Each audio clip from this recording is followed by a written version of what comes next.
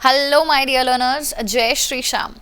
सो हम सबको पता है कि CA intermediate November 23 attempt has almost approached. बस ये नवंबर आ ही गया यार, और ये टाइम तो अब फटाफट निकल ही जाएगा।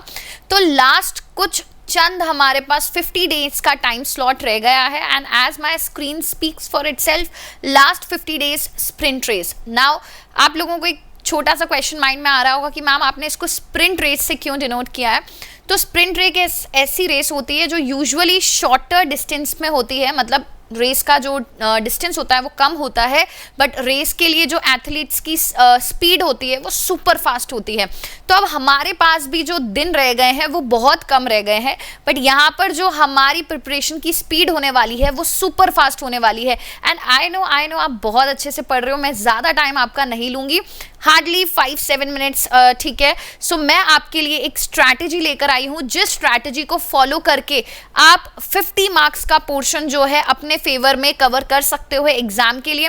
And I am here disclosing the strategy for the paper number 4 of group 1, that is taxation. पहले हम इनकम टैक्स की बात करेंगे, then we'll move on to the GST. तो देखो यहाँ पर क्या है, 50 मार्क्स को अगर हम प्रोपोर्शनेटली डिवाइड करें तो 60 मार्क्स का हमारा इनकम टैक्स का पोर्शन होता है। तो I will give you a strategy मोटा मोटी about the 30 marks. Now here are certain chapters as per my observation over the past attempt, ठीक है। हमने कुछ ऐसे टॉपिक्स उठाए हैं जहां पे बहुत लेस एफर्ट्स लगाकर आप आराम से मार्क्स स्कोर कर सकते हो। एंड स्टूडेंट्स का जो ये माइंड में एक चीज़ रहती है कि मैम 40 मार्क्स ही स्कोर नहीं हो पाते हैं। अरे भाई, ये स्ट्रैटेजी फॉलो करोगे तो 40 क्या 50 भी मिलेंगे। चलो तो स्टार्ट करते हैं, residential status and scope of total income. Now ये चैप्टर अपने आप में काफ़ी छोटा सा चैप्टर है। अगर इस चैप्टर के इंपॉर्टेंट एरियाज की बात करूं तो ज़्यादा सेक्शंस है नहीं, सेक्शन नंबर 6, सेक्शन नंबर 5 और section number 9।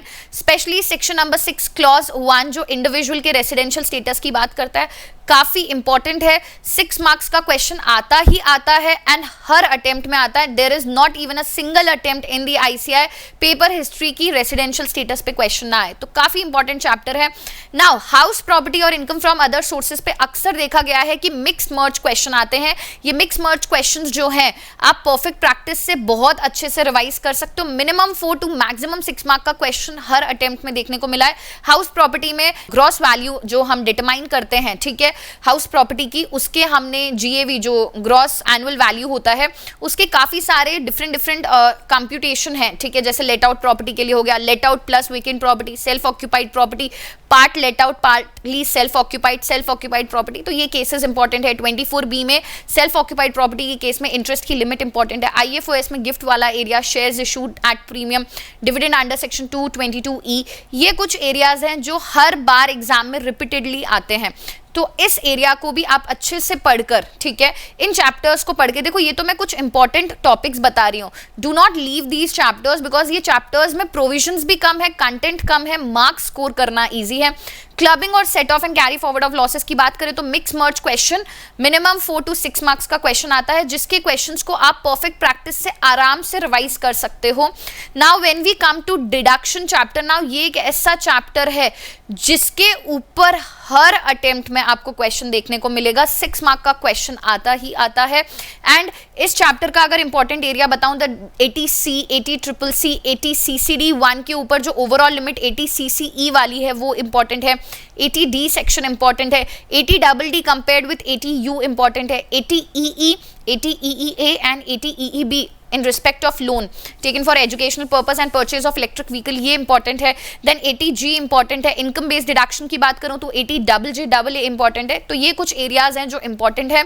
TDS TCS advance tax पे आऊँ तो TDS TCS एडवांस टैक्स के अंदर TDS के section number 194A, 194C, 194H, 194J, 194M, साथ ही साथ 194O, 194Q एंड 194R एक बहुत इंपॉर्टेंट एरिया है, उसको थोड़ा ध्यान से करिएगा। 6 मार्क का क्वेश्चन आएगा ही आएगा। TCS में 4 डिफरेंट केसेस के अंदर सेक्शन नंबर 206C के अंदर हमने 5 केस सिनेरियोस पढ़े, तो वो इंपॉर्टेंट है। देन एडवांस टैक्स में interest computation under 234B, 234C important है। तो इस एरियाज को आपको अच्छे से कवर करना है। 6 मार्क का question would be there in exam.